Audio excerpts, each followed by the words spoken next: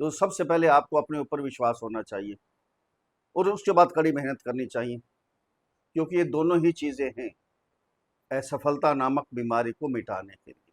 अगर आत्मविश्वास के साथ मेहनत करेंगे तो एक दिन अवश्य ही सफल हो पाएंगे, सफलता आपके कदम चूमेगी। नमस्कार दोस्तों, मैं आचार्य राकेश वशिष्ठ, एस्ट्रोलॉजर, न्यूमेरोलॉजर, वास्तु एक्सपर्ट। आप सभी का स्वागत है आपके अपने चैनल एस्ट्रो राकेश जी पर। दोस्तों, 18 मई को राहु और केतु का राशि परिवर्तन हुआ था, गोचर में बदलाव हुआ था। राहु चले गए थे कुंभ राशि में और केतु चले गए थे सिंह राशि में।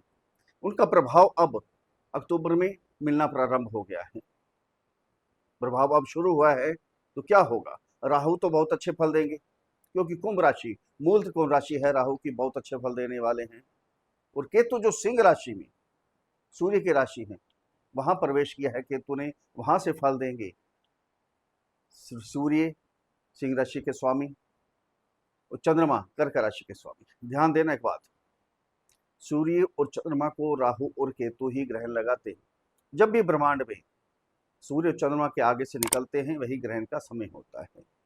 जब उसी राशि में ही आ गए तो क्या होगा? यहाँ सावधान रहना बहुत ही जरूरी है।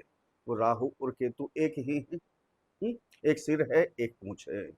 जब समुद्र मंथन हुआ था तो अमृत कलश चालाकी से इन्होंने ग्रहण कर लिया था। सूर्य और चंद्रमा ने ही विष्णु भगवान जी को बोला था कि दानव होकर देवताओं की श्रेणी में आ गए हैं, इन्होंने अमृत चख लिया है। तब गर्दन काट दी गई थी विष्णु भगवान जी के द्वारा।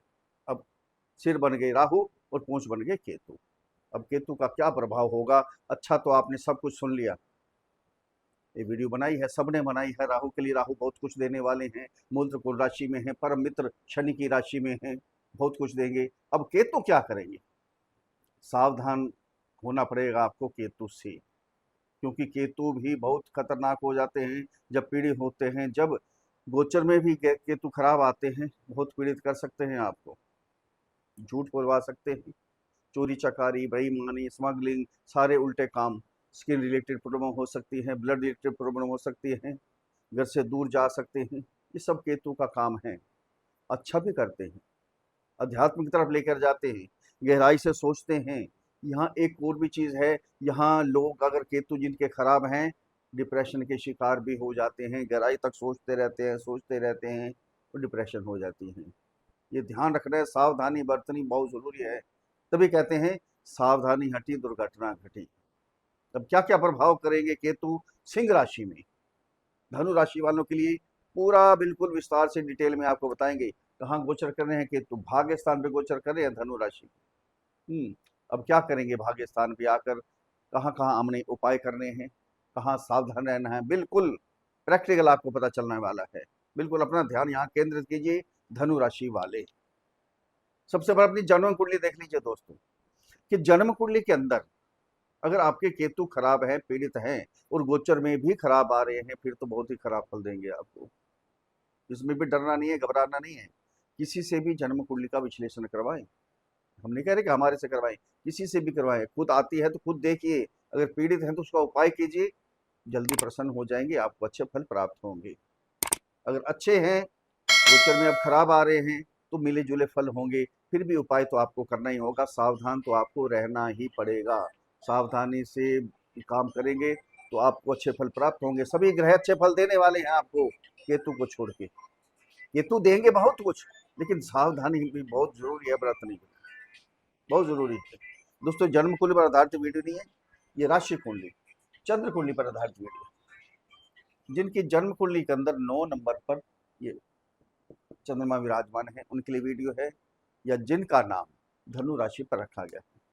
अगर अपनी जन्म कुंडली का विश्लेषण हमारे से करवाना चाहते हैं तो नीचे वीडियो में नंबर है, डिस्क्रिप्शन बॉक्स में नंबर है, वहाँ मैसेज कीजिए, आपको रिप्लाई किया जाएगा। छोटी सी फीस है, उसको अदा कीजिए, आपको समाधान दिया जाएगा। अब ध्यान यहाँ केंद्रित कीजिए, कहाँ गोचर कर रहे हैं ये 9 नंबर की राशि आपकी, कहाँ गोचर कर रहे हैं? आपके भाग्य स्थान पे। भाग्य स्थान क्या है ना? पिता का स्थान भी है।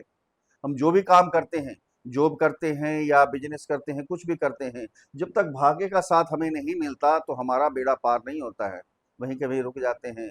आगे बढ़ने की कोशिश तो करते हैं, भाग्य साथ ना दे तो 4 कदम पीछे भी चलते हैं, ये होता है। अब केतु यहीं गोचर कर रहे हैं भाग्य स्थान पे, क्या होगा? सबसे पहले तो ये सावधानी बरतनी है आपने पिता से अनबन ना हो। केतु क्या है?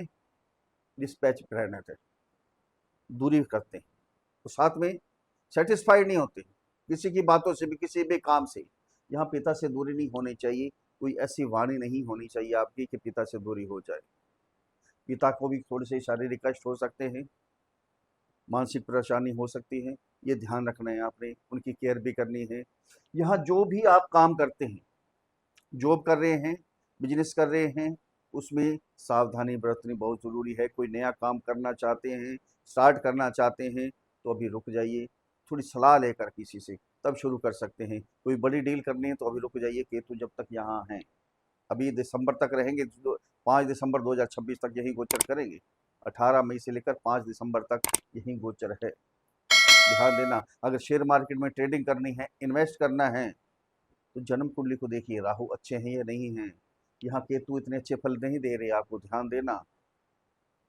वो सोच समझ के सावधानी से कुछ भी काम करना है आपने। फिर कहीं विदेश जाना चाहते हैं, लॉन्ग ट्रैवलिंग के लिए जाना चाहते हैं, धार्मिक यात्रा पे जाना चाहते हैं, बड़ा सोच समझ के सलाह लेकर, उसके बाद जल्दबाजी नहीं करनी। ये सावधानी बहुत ही ज़रूरी है आपके लिए। 3 दृष्टियाँ हैं केतु की, 5वीं, 7वीं और 9वीं दृष्टि। ये जहाँ जहाँ देखेंगे वहाँ वहाँ देखते हैं क्या क्या प्रभाव पड़ने वाला है। यहाँ से 5वीं दृष्टि जाएगी आपके चंद्रमा के ऊपर। चंद्रमा के ऊपर दृष्टि जाने, चंद्रमा मन है आपका, है ना। चंद्रमा 2.25 दिन में राशि पार कर लेते हैं, 64 कला संपूर्ण है। और केतु क्या है? नाग देवता है। केतु की जब दृष्टि जाएगी चंद्रमा के ऊपर, केतु 1.5 साल में राशि पार करते हैं। ध्यान देना, दोनों का प्रभाव उल्टा सीधा है, बिल्कुल एक दूसरे के बिल्कुल खिलाफ हैं। जब भी चंद्रमा पे दृष्टि जाएगी तो क्या होगा?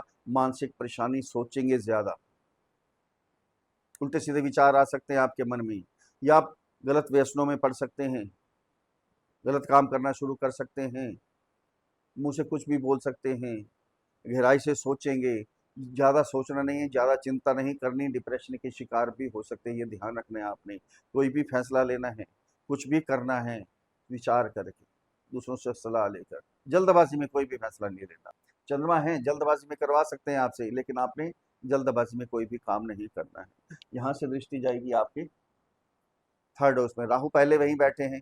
राहु तो यहाँ बहुत अच्छे फल देंगे, बहुत जबरदस्त फल देंगे, लेकिन केतु की जब दृष्टि जाएगी तो छोटे भाई बहन, कुलीग, अड़ोस पड़ोस, थोड़ा सा हो सकता है इनसे मनमुटाव हो आपका, वहां सावधान रहना है आप। जो राहु हैं वो भी मिसअंडरस्टैंडिंग तो वो भी पैदा करते हैं, और केतु दूरी पैदा करते हैं, ये ध्यान रखना है आपने। जो ऑनलाइन काम करना चाहते हैं, डिजिटल मार्केटिंग, ट्रेवलिंग का काम करना चाहते हैं, अगर शुरुआत करना चाहते हैं, कर सकते हैं, लेकिन सोच समझ के। राहु है, राहु ये काम करवाएंगे, बहुत अच्छा है। लेकिन केतु थोड़ा सा डिससेटिस्फैक्शन, संतुष्टि नहीं होगी आपको। जो काम कर रहे हैं, नहीं तो ये काम नहीं, दूसरा करना चाहिए था। अब एसी का काम कर रहे हैं, नहीं एसी का काम अच्छा नहीं, कंप्यूटर का काम करना चाहिए था। ऑनलाइन काम, चाइना से माल मंगवाना चाहिए था, यहाँ से नहीं मंगवाना चाहिए। ये आपके अंदर रहेगी ये चीज़ें, इसको थोड़ी सी केयर करनी है, सावधानी बरतनी है। यहाँ से दृष्टि जाएगी आपके 5th हाउस में, शिक्षा, संतान, लव रिलेशन। शिक्षा के लिए क्या होगा? मन भटकाव होगा, थोड़ा सा, ज्यादा नहीं, थोड़ा सा भटकाव तो होगा आपको। ये सोचेंगे दिमाग में कि ये सब्जेक्ट हैं हमारे लिए अच्छे नहीं है, ये दूसरे से कोर्स कर रहे हैं, हमें भी वही कोर्स करने चाहिए, ये कॉलेज चेंज कर लें। जो विदेश जाना चाहते हैं उनके लिए तो अच्छा है, ये तो है, विदेश के कारक भी हैं, यात्रा करवाते हैं, लंबी यात्रा करवाते हैं, विदेश में सेटल भी करवा सकते हैं आपको। दूसरे स्टेट में कहीं कोचिंग लेना चाहते हैं, वो भी कर सकते हैं, लेकिन सब्जेक्ट वगैरह चेंज करने में जल्दबाजी नहीं करनी है आपने। यहाँ सोचना है आराम से, बिल्कुल विचार करके उसके बाद ही चेंजिंग करनी है। थोड़ा सा भटकाव नहीं होना चाहिए आपका। लव रिलेशन वालों के लिए भी यही चीज़ है, एक दूसरे की बातें समझ में नहीं आएंगी आपको। आप कुछ कहेंगे वो कुछ समझेंगे, वो कुछ कहेंगे आप कुछ समझेंगे, ये चीज़ आपके साथ रहेगी।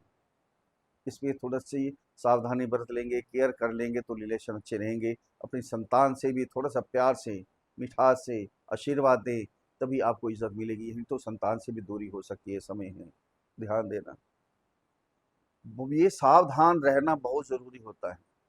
सब कुछ देंगे, सारे ग्रह देंगे, केतु भी देंगे बहुत कुछ, लेकिन सावधानी बरत लेंगे तो क्या होगा? जो मिलने वाला है उसे संतुष्टि होगी, आप प्रसन्न रहेंगे, आपका चेहरा खिला रहेगा।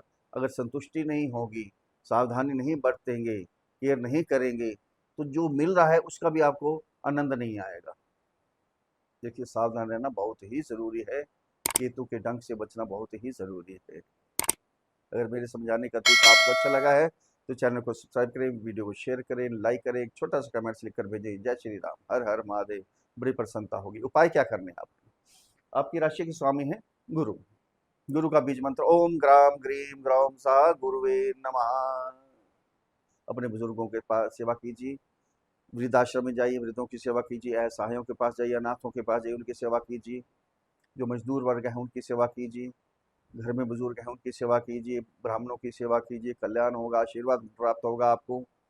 स्ट्रीट डॉग जो हैं, गली में जो कुत्ते घूमते हैं, उनकी सेवा कीजिए, कुछ ना कुछ उनको डालते रहिए।